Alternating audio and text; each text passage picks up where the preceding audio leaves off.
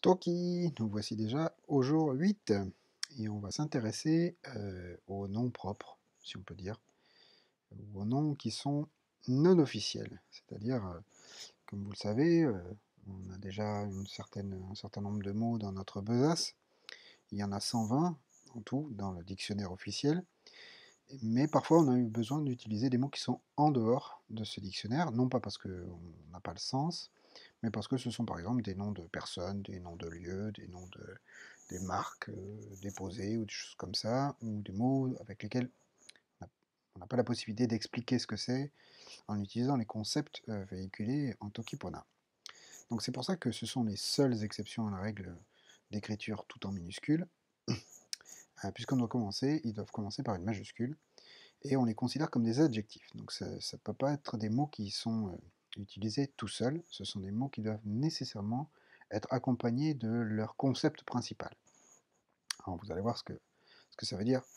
Si par exemple je dis Bruno, Bruno c'est mon prénom, mais je ne peux pas utiliser Bruno tout seul en tant que nom propre. Je dois lui donner l'aspect d'un adjectif qui va qualifier une personne.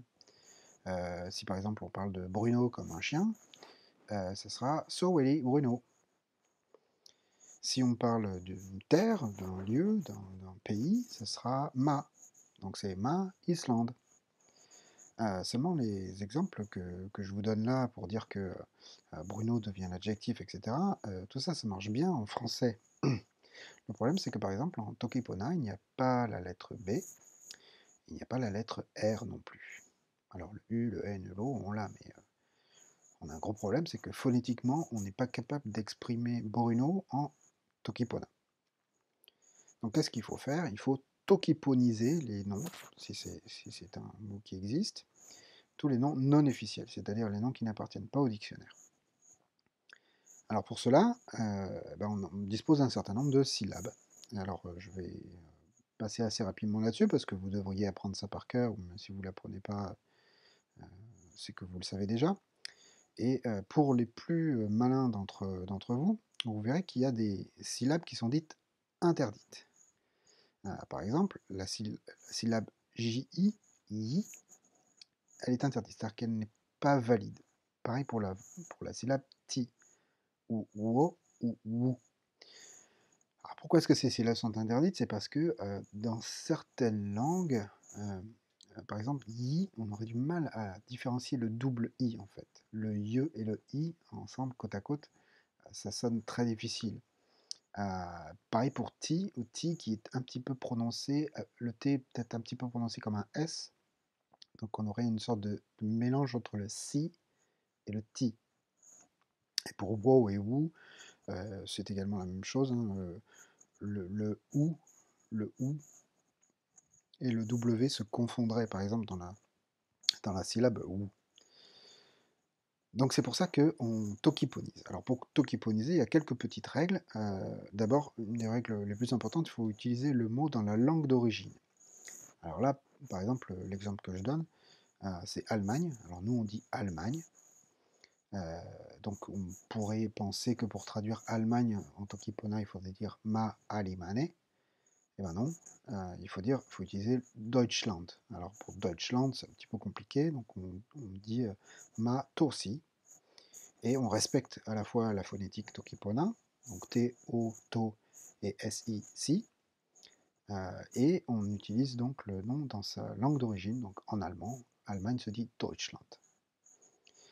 Également, il vaut mieux utiliser plutôt la phonétique que la graphie. C'est-à-dire que par exemple, Toronto, si on traduit le R c'est un L, hein, c'est comme le R roulé japonais par exemple. Les japonais confondent le R et le L, donc c'est pour ça qu'en Tokipona par exemple, il n'y a que le phonème L.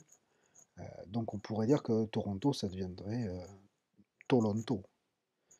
Mais en fait, la phonétique, la prononciation de Toronto fait que la ville de Toronto, ce serait plutôt Matawano, mais pas Toronto. Pour traduire tout ce qui est JI, TI ou WO et WU, assez mécaniquement, le JI, le I devient un I simple, le TI devient SI, Wo reste o, et ou reste ou. Donc on peut commencer les syllabes, on peut commencer une syllabe par une voyelle qu'au début d'un mot. On ne peut pas commencer une syllabe par une voyelle au milieu d'un mot. Donc ça, c'est une toute petite règle. Également, il vaut mieux éviter que ce nom étranger à Tokipona, hein, c'est-à-dire non officiel, sonne comme un vrai mot Tokipona. Par exemple, on a vu précédemment que Mary, ça voulait dire femme, et si on devait traduire le prénom Marie ou Mary en anglais, on pourrait dire Yan Mary. Mais Mary, ça voulait déjà dire femme, alors ça commence à devenir compliqué parce que Yan Mary, ça veut vraiment dire par exemple une personne de sexe féminin ou de genre féminin. Donc là, on lui préférera Yan Mary.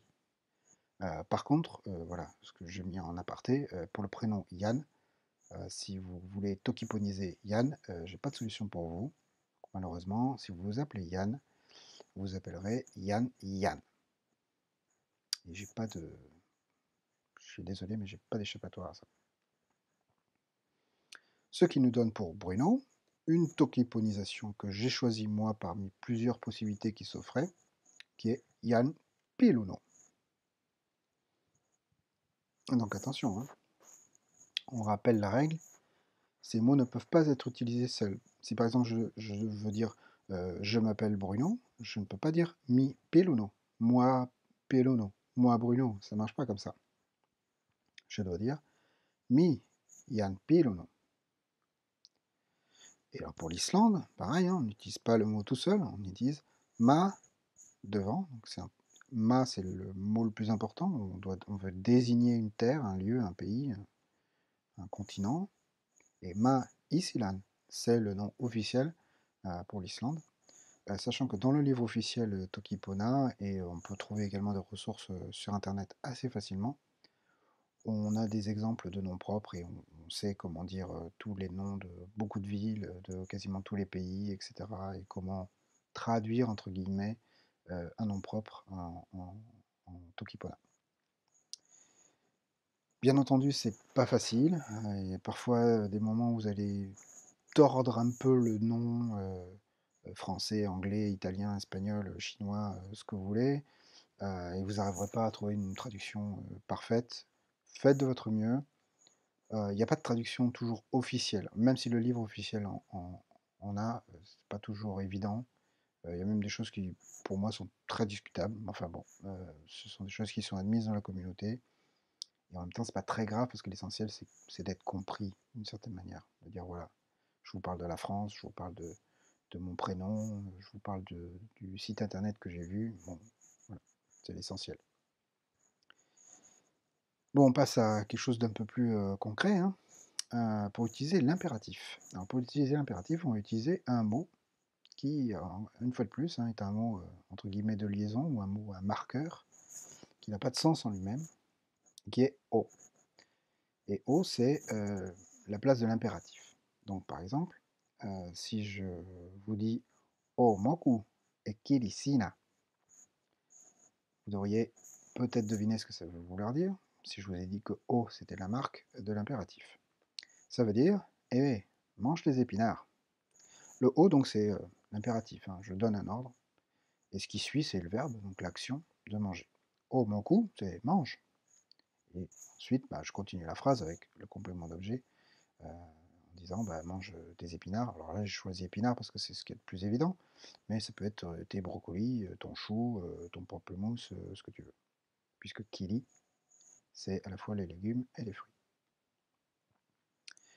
En fait, cette forme omoku, c'est sous-entendu sina. C'est je m'adresse à toi, ou à vous, de manière générale, de manière globale. C'est de l'impératif qui est intuitivement, on sait qu'on s'adresse à la deuxième personne, à une autre personne. Ce qui se fait également, hein, c'est de dire avant O, avant le O, on va dire le nom de la personne. Par exemple, Yan pilu no o moku e kiri sina. Alors moi je mets une virgule, je sais qu'il n'y a pas de débat dans la communauté, mais il y a des variantes qui ne mettent pas la virgule. Moi j'aime bien parce que ça marque la pause entre la partie sujet du verbe, la partie qui est vraiment dire c'est bien cette personne-là que je parle, quoi. Et dans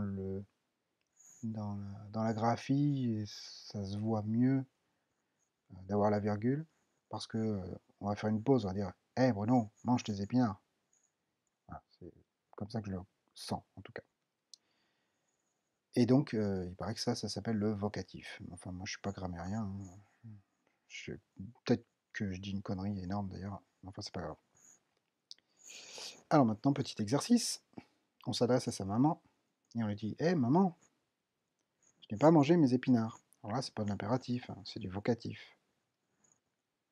Je m'adresse à ma mère. Réfléchissez un peu.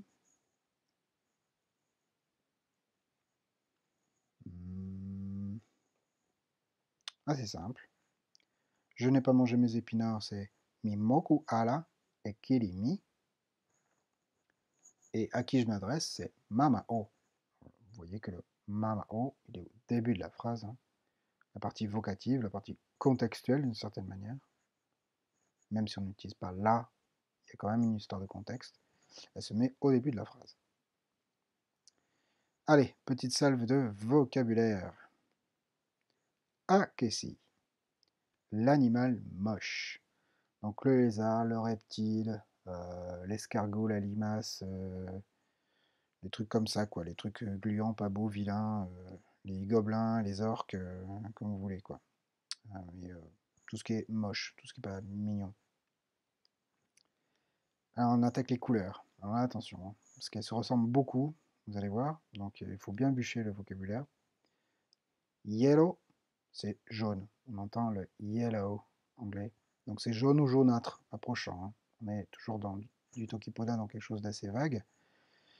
Puisque lasso, c'est bleu ou vert, ou bleuâtre, ou verdâtre. Voilà. L'oyer, c'est rouge ou rougeâtre. Pimeya, c'est noir, noirâtre, sombre. Wallow, c'est blanc, blanchâtre, clair, blanc cassé. Nimi, ah, on sait enfin comment on dit un mot ou un nom. Alors on peut dire aussi bien mon nom est Bruno en disant Nimimi, Lian Piruno. C'est le nom d'une personne ou le nom d'une chose ou le mot comme le mot dans le dictionnaire. Open, c'est commencer, ouvrir. To open en anglais, hein. Open, c'est aussi le début de quelque chose. Voilà, le début d'une marche, par exemple, l'ouverture d'une porte.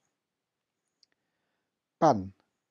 Alors là, faut rappeler, je vous ai parlé des chasseurs-cueilleurs, un peu agriculteurs sur les bords, puisqu'ils cultivent le grain de blé, ils font du pain, ils ont des céréales, du maïs, du riz, des pâtes, des pizzas, des chocolatines, enfin exactement ce que vous voulez.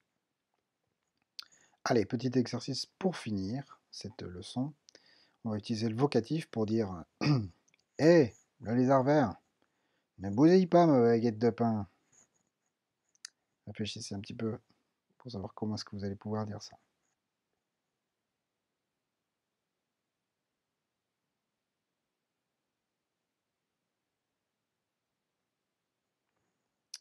Alors, vocatif.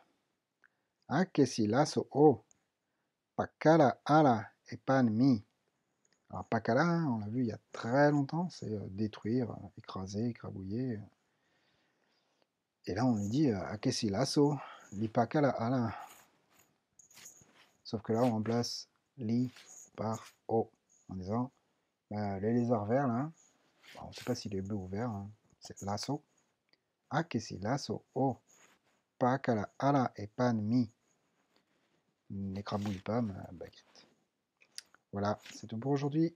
Mitawa.